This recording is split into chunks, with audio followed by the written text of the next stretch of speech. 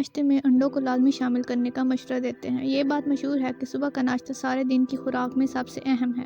ناشتہ اصل میں وہ کھانا ہے جو صبح سویرے ہر انسان اپنے کام شروع کرنے سے پہلے کھاتا ہے۔ سوال پیدا ہوتا ہے کہ آخر ناشتہ کرنا اہم کیوں ہے؟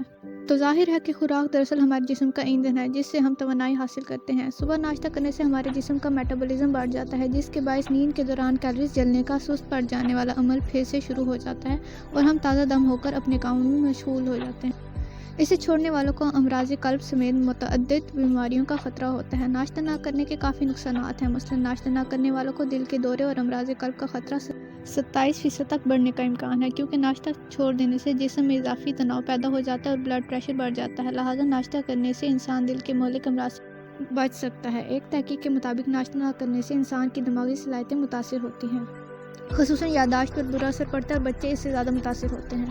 کولیسٹرول پر بھی ناشتہ نہ کرنے سے برا اثر پڑتا ہے اور کولیسٹرول کا لیول بڑھ جاتا ہے۔ ذیابیطس کا خطرہ بھی بڑھ جاتا ہے، خصوصاً عورتوں میں ٹائپ 2 ذیابیطس ہو سکتی ہے۔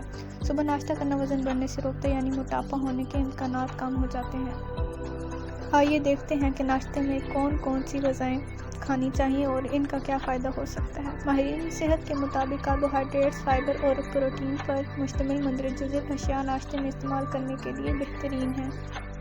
ان میں سب سے پہلی غذا جو ہے وہ ہے دہی۔ دہی صدیوں سے ہمارے ناشتے کا اہم ترین جزو رہا ہے۔ دہی اور لسی میں کیلشیم کی کافی مقدار ہوتی ہے۔ اس میں پروٹین اور چکنائی بھی پائی جاتی ہے۔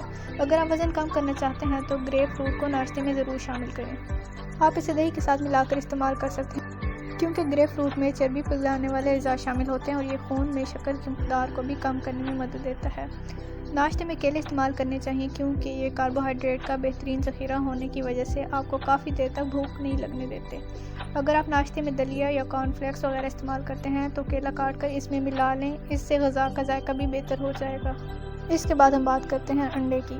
ماہرین ناشتے میں انڈوں کو لازمی شامل کرنے کا مشورہ دیتے ہیں۔ تحقیق کے مطابق انڈے میں پایا جانے والا کولیسٹرول زیادہ نقصان دہ نہیں ہے اور انڈے میں شامل پروٹین سے بلڈ پریشر میں کمی آتی ہے، جس سے امراض قلب بھی کم ہو جاتے ہیں۔ انڈوں میں موجود اینٹی آکسیڈنٹ کی وجہ سے کینسر اور امراض قلب ہونے کا خطرہ کم ہو جاتا ہے۔ انڈوں کے اندر موجود امینو ایسڈ سے انسان کے رد عمل کی صلاحیت میں بہتری آتی ہے۔ انڈے شام کے وقت اضافی کھانے کی خواہش کو بھی کم کرتے ہیں۔ اس کے بعد آتا ہے اناج۔ ناشتے میں اناج کی بنی ہوئی غذا ضرور استعمال کرنی چاہیے، کیونکہ اناج وٹامنز، معدنیات، فائبر اور کاربوہائیڈریٹس کے ساتھ اینٹی آکسیڈنٹ سے بھرپور ہوتے ہیں، یعنی اناج صحت کے لیے ایک خزانے کی مانند ہے۔ جو لوگ خالص اناج سے بنی اشیاء استعمال کرتے ہیں ان میں دل کے امراض کا خطرہ کم ہوتا ہے۔